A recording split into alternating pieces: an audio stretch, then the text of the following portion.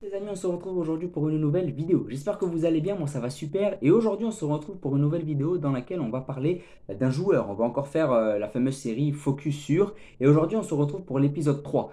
Cette série consiste à analyser la progression technique, tactique d'un joueur. Donc dans l'épisode 1, on avait fait Vinicius Junior. Dans l'épisode 2, on avait fait Marco Asensio, donc full Real Madrid. Et aujourd'hui, j'ai décidé de passer à un autre joueur, à un joueur français, un joueur local, donc Florian Thauvin, qui est un ancien joueur donc, de l'Olympique de Marseille, qui est parti au Mexique en 2021 et donc qui est un joueur que j'affectionne tout particulièrement.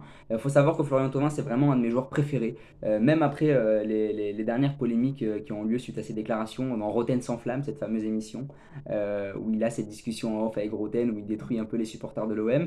Même après ça, j'adore Florian Thauvin. Il faut savoir qu'à l'époque, à Marseille, il y avait un petit clan, il y avait des clans. Il y avait ceux qui aimaient Payet, ceux qui aimaient Thauvin, c'est vrai que les deux joueurs s'entendaient pas forcément très bien. Et il y avait beaucoup qui étaient Team Payet, vraiment beaucoup aimaient Payet, et même aujourd'hui tout le monde préfère Payet, je pense. Mais moi j'ai toujours été Team Thauvin, je préfère largement Florian Thauvin. Je trouve que c'est un très bon joueur, j'apprécie le joueur, j'apprécie l'homme qui a souvent été mal compris, qui a eu des attitudes de petit con, hein, on va en parler aussi après, il faut être dur aussi envers lui. Mais globalement je retiens le positif chez Florian Thauvin, je trouve qu'il a fait beaucoup de bien à l'OM, en tout cas personnellement, subjectivement, je trouve que Thauvin à l'OM c'est quand même une sacrée réussite. Mais aujourd'hui on est là pour parler vraiment de son parcours en général. Et on va donc remonter au tout début. J'ai la feuille, j'ai les notes, je vais essayer d'étayer un peu tout ça. Mais voilà, on va commencer donc. Thauvin commence à 17 ans. Il est né en 1993 et il commence à 17 ans en pro à Grenoble, dans des ligues inférieures. Donc voilà, il va commencer à Grenoble. C'est en 2010-2011 qu'il signe son tout premier contrat pro. Donc voilà, il va faire ses petites classes à Grenoble. Il avait été proposé à Toulouse à l'époque, mais il a décidé de signer à Grenoble. Il fait une saison là-bas parce que le club, à la fin de la saison, malheureusement, décide de déposer le bilan. Ils n'ont plus les moyens. Et donc, forcément, Thauvin, à la fin de cette première saison, est prié d'aller chercher un nouveau club. Donc c'est assez ballot pour un premier contrat pro. Et il faut savoir, petit aparté, qu'avant de signer ce contrat pro-là, beaucoup de clubs, malgré son talent, avaient des réticences. Parce que Thauvin avait des problèmes de dos. Voilà, c'est peu fréquent, mais il avait des problèmes de dos. Il a eu ce qu'on appelait une fracture de fatigue. Donc voilà, ça avait un peu ralenti sa progression. Donc voilà, il avait eu un peu ce problème de dos. Ça ne l'a pas empêché de signer son premier contrat pro à Grenoble. Et puis à cette époque-là, Thauvin connaît aussi les premières classes en équipe de France. En moins 17 et en moins 19, il est très souvent pris. Donc ça montre déjà que le joueur a un certain talent et qu'il est déjà programmé pour être dans l'élite du foot français. Donc voilà, première saison à Grenoble, il est en équipe de France, malgré ses problèmes de santé, bah, c'est derrière lui et il s'en est remis. Donc voilà, tout va bien, mais le club dépose le bilan et donc il est prié de chercher un nouveau club. En 2011, il signe donc à Bastia, le club corse qui est en Ligue 1, donc il va pouvoir connaître ses premières minutes en Ligue 1 à l'âge de, de 18 ans. Donc voilà, c'est très très jeune en Ligue 1. À Bastia, c'est pas incroyable au niveau statistique, mais là-bas, il va connaître Frédéric Hans, qui est un entraîneur qu'on connaît très bien en Ligue 1, qui a entraîné Metz notamment. Donc Frédéric Hans, c'est un joueur qui est vraiment, c'est un entraîneur pardon, qui est vraiment expérimenté pour faire progresser les jeunes, qui connaît vraiment ces jeunes-là. Et à cette époque-là, Thauvin, qu'est-ce que c'est? Thauvin, c'est un ailier vif, virevoltant, un peu fin, comme on en voit beaucoup en Ligue 1. C'est pas le Thauvin de la Coupe du Monde, c'est pas le Thauvin voilà, qui a été pris à la Coupe du Monde, c'est pas le Thauvin des frappes enroulées, c'est pas encore le Thauvin qui lâche la balle, c'est vraiment le Thauvin encore un peu fou, il est jeune, il a envie de croquer le ballon, j'ai envie de dire, il a vraiment envie de jouer, il aime le foot. Et à cette époque-là, il est un peu foufou dans sa tête au niveau du jeu. Et au niveau statistique, c'est pas fameux, c'est pas exceptionnel, c'est pas du Mbappé à ses débuts, c'est 51 matchs, 10 buts. Voilà, c'est pas incroyable, mais il performe, il impressionne à Bastia, vraiment, il est perçu comme un très bon espoir.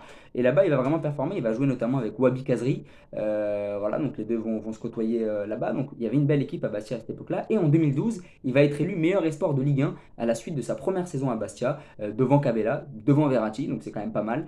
Donc voilà, il va être élu meilleur espoir de Ligue 1. Donc voilà, Thauvin est un jeune intéressant, c'est pas le phénomène du siècle, mais c'est un joueur qui performe, un peu fou, encore, un peu virevoltant, mais voilà. Il va passer ses deux saisons à Bastia en Ligue 1 dans l'élite pour prendre un peu du galon, et forcément, il intéresse les plus grands clubs. Et là, va arriver cette fameuse affaire qui a fait connaître Florian Thauvin, qui l'a fait connaître malheureusement de manière péjorative. En janvier 2013, il signe un contrat à Lille pour 3,5 millions d'euros. Donc il est transféré à Lille en janvier 2013, mais il va passer les 6 derniers mois de la saison 2012-2013 à Bastia. Donc il va signer à Lille en janvier et il va être renvoyé à Bastia pour les 6 derniers mois de son contrat. Sauf que quand arrive juillet et qu'il est donc prié d'aller assister, d'aller faire le premier entraînement à Lille, bah, il se rend compte que Rudy Garcia est parti, que le club ne s'est pas qualifié en Coupe d'Europe et que forcément Lille n'a plus les ambitions qu'il lui avait vendues en janvier. Voilà, Lille de juillet n'est pas le Lille de janvier. Et ça, il s'en rend compte. Il se rend compte qu'il s'est un peu fait arnaquer et que Lille n'a pas eu les résultats escomptés. Et donc, bah, Thauvin, tout naturellement, comme il a en plus une offre de l'OM, bah oui, les petits filous, ils sont bien rendus compte que Thauvin avait un peu la tête ailleurs et que Thauvin avait un peu été déboussolé par ce qui s'est passé à Lille et que finalement, ça lui plaît pas forcément d'aller à Lille, qui va faire machine arrière. Bah, ils se sont intéressés au dossier et l'OM va soumettre une offre de 15 millions d'euros, ce qui est quand même énorme, pour arracher Thauvin dans tout cet embroglio. Donc il y a Bastia, il y a Lille et il y a Marseille. Et donc Thauvin va vraiment faire parler de lui en séchant l'entraînement de Lille en disant je ne veux pas y aller, je veux juste aller à Marseille, tout simplement parce que Lille n'a pas eu le projet qu'il lui avait vendu. Voilà, donc en janvier, Lille, il était d'accord parce qu'ils avaient les ambitions, etc. Mais en juillet, Garcia était parti, c'était beaucoup plus compliqué pour le club nordiste. Et donc il a décidé de rejoindre l'OM parce qu'il l'a dit aussi, l'OM c'était un rêve. Et en janvier, il n'avait pas l'OM. En janvier, il n'avait pas l'offre de l'OM. En juillet, il l'avait. Et apparemment, beaucoup l'accusent de dire que. Beaucoup l'accusent en disant oui, mais c'est parce qu'en janvier, il n'avait pas l'OM. C'est pour ça qu'il a décidé de se rétracter, parce qu'en janvier, il n'y avait que Lille comme choix.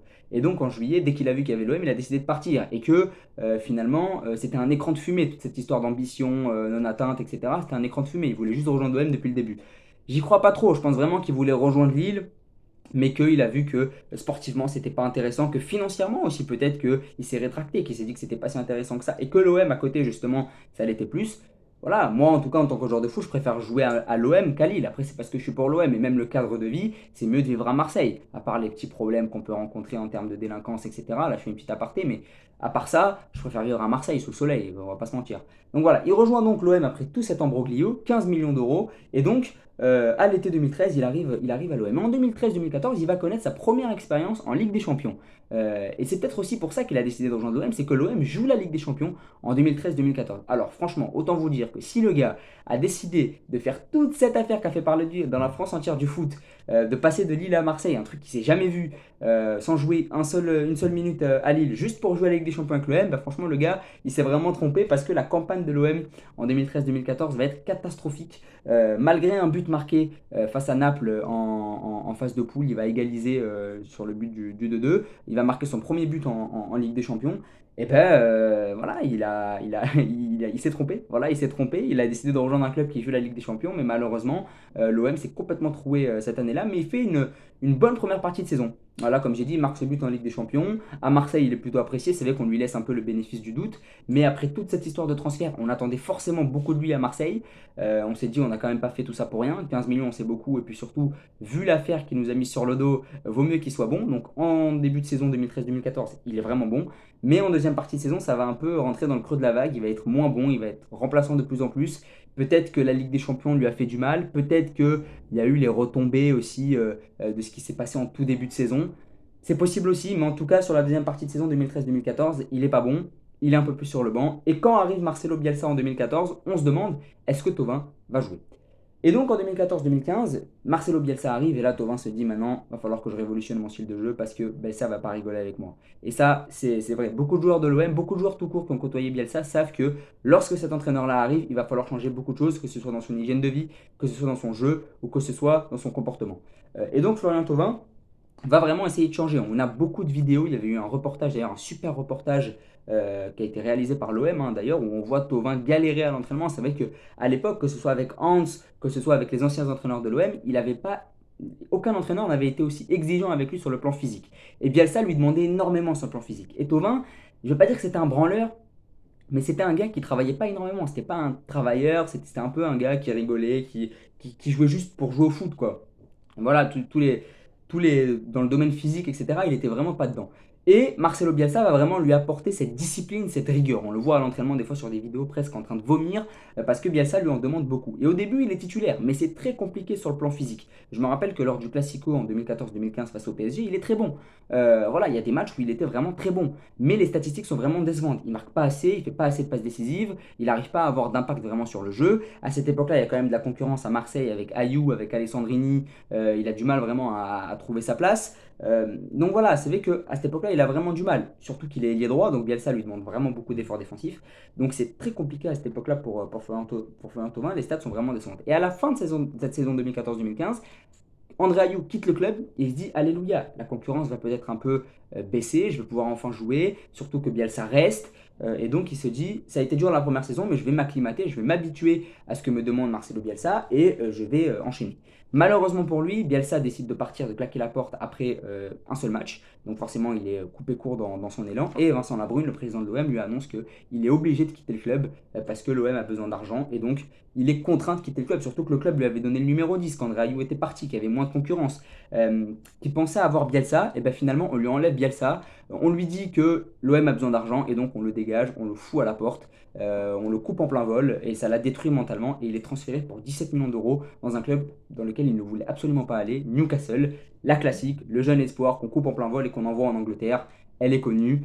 Et donc Florian Thauvin décide, il décide pas, hein, on l'impose, hein, on lui impose d'aller en Angleterre. Donc il se retrouve à Newcastle alors que lui comptait vraiment s'imposer à l'OM. Comme j'ai dit, on lui avait donné le 10, la concurrence était moindre. Et malheureusement, il va se retrouver dans le fin fond de l'Angleterre. Et forcément, ça va mal se passer. Le climat ne lui correspond pas. Le style de jeu, il va falloir qu'il s'y acclimate parce qu'il est encore un peu tendre. Voilà, il n'est pas encore mûr, il n'est pas encore assez mûr. Il a fait que 4 saisons en Ligue 1. Il a fait que 2 saisons dans un petit club et 2 saisons dans un club majeur, mais avec lequel il ne s'est pas encore assez développé. Donc, on le coupe en plat vol et on l'envoie à Newcastle. Et forcément, ça va être compliqué là-bas. Il joue son premier match face à Manchester United et il se dit, mais c'est quoi ça? C'est la première ligue, quoi. Il n'était pas du tout préparé. Il s'était pas du tout préparé dans sa tête à aller dans ce genre de club. Et donc, il y a la pression aussi du transfert. 17 millions d'euros, c'est beaucoup. Et là-bas, il va même pas jouer à son poste. Le coach va tantôt le faire jouer neuf, tantôt le faire jouer milieu offensif, mais jamais sur le côté qui est vraiment son poste. Et il va s'impatienter. Et ça va être très très compliqué sur le plan statistique. Franchement, c'est vraiment n'importe quoi. Il a vraiment beaucoup de mal, Florian Thauvin, à s'imposer à Newcastle. Et il demande qu'une seule chose, c'est de revenir à Marseille, de revenir ou aller dans un autre club. Mais il veut partir. Voilà, au bout de 6 mois, il en a marre. Comme j'ai dit, le jeu ne lui correspond pas, le climat ne lui correspond pas, le club, la ville ne lui correspondent pas. Et en 2016, stupeur à Marseille, Thauvin revient déjà au bout de 6 mois. En 2016, il va revenir.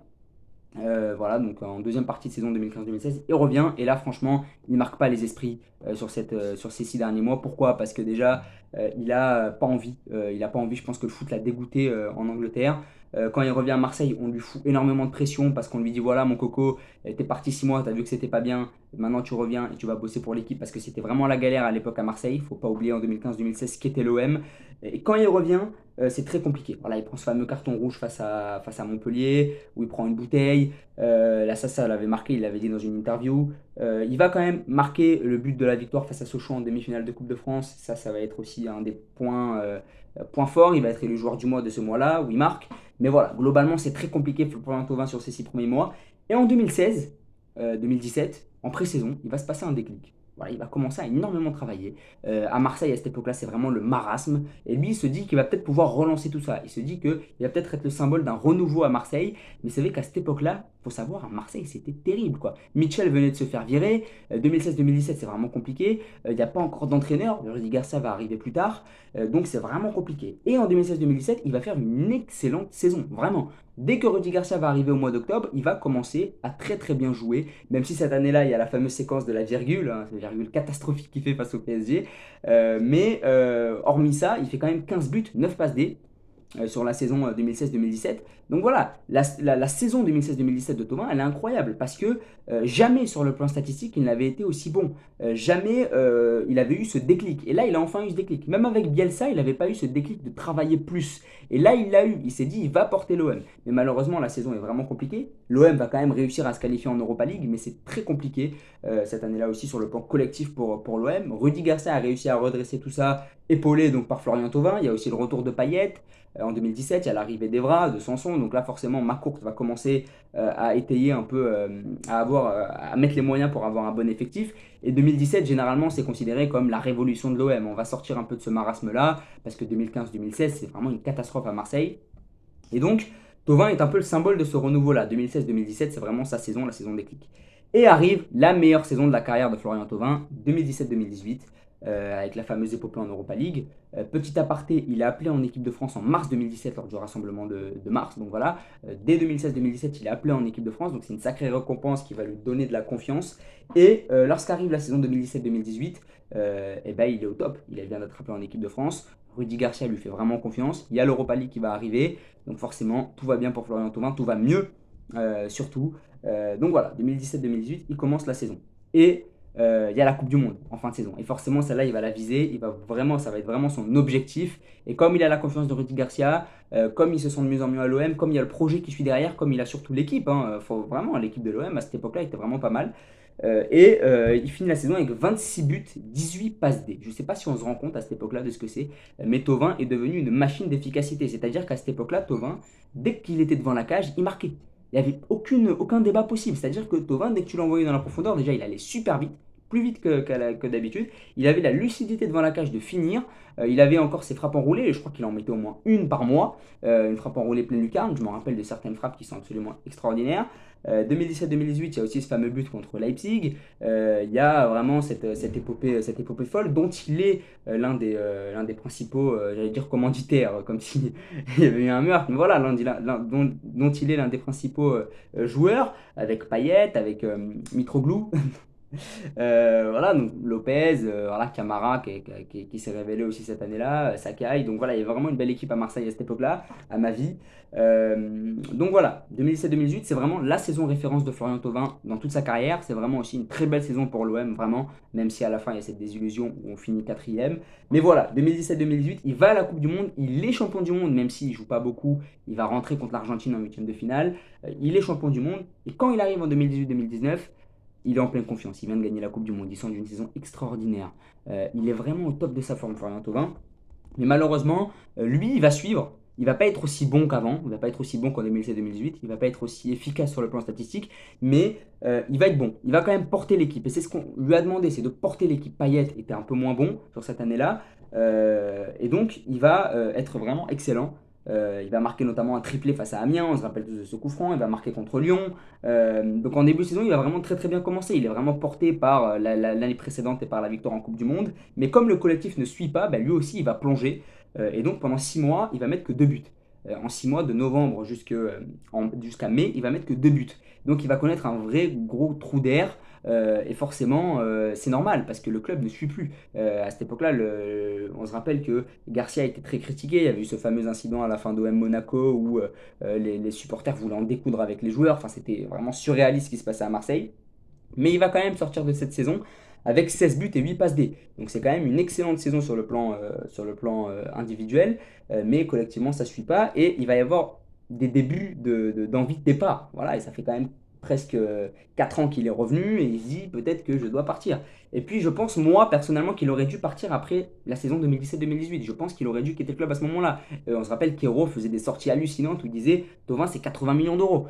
Il n'avait pas vraiment tort parce qu'on a vu des joueurs moins décisifs sur le plan européen, sur le plan national, mais aussi sur le plan statistique, être vendus plus cher. Voilà, 80 millions, c'était pas ridicule à ce moment-là. Thauvin était encore jeune, sur le plan statistique, ça suivait, il était français, champion du monde, ça suivait, mais 80 millions, c'était quand même beaucoup. Et puis, en 2019-2020, malheureusement, début de saison, il va se blesser à la cheville. Et là, ce problème-là va le suivre vraiment pendant très longtemps. Et là, il y a des envies de départ. Il parle déjà avec le club, il parle avec Milan, il parle avec la Roma, il parle avec Lyon. Même ça avait choqué beaucoup de monde, mais il parle aussi avec Lyon. Et donc, il va se blesser et il va jouer que 2 fois 20 minutes sur toute la saison en 2019-2020. Et à la fin de la saison 2020, sa cote, elle est passée de 80 millions à 8 millions d'euros. Donc voilà, vous voyez hein, comment une blessure peut complètement faucher un joueur, mais c'est vrai que c'était une blessure très sévère à la cheville, c'était une blessure chronique, et malheureusement ça l'a vraiment détruit en plein vol. Et cette saison 2019-2020, après l'excellente saison, que ce soit sur le plan collectif et individuel de 2017-2018, qui était vraiment la saison phare de sa carrière. 2018-2019 qui sur le plan collectif était un peu moins efficace mais individuellement toujours aussi costaud, il était encore appelé en équipe de France. 2019-2020 il va plonger, il va couper avec l'équipe de France, forcément il ne sera plus appelé parce qu'il est blessé. Avec l'OM aussi en 2019-2020 c'est compliqué, il va y avoir le confinement. Bon, l'OM est deuxième à cette époque-là, donc l'OM s'en sort quand même bien malgré le fait qu'il ne soit pas là, mais c'est quand même compliqué. Mais il revient en 2020-2021. Et surtout que l'OM joue la Ligue des Champions. Donc à la fin du confinement, il revient. Surtout qu'il y a eu le confinement. Donc en vrai, il était blessé, euh, mais voilà, il n'a pas non plus raté toute une saison. Il revient, mais c'est que cette blessure-là va énormément lui faire du mal. Et donc 2020-2021, l'OM joue la Ligue des Champions et il va faire la saison complète. Mais il est encore gêné par cette blessure-là. En Ligue des Champions, il n'est pas au niveau. Je me rappelle de quelques ratés vraiment où je me dis Thauvin quand même en 2017-2018, je pense qu'il les aurait mis.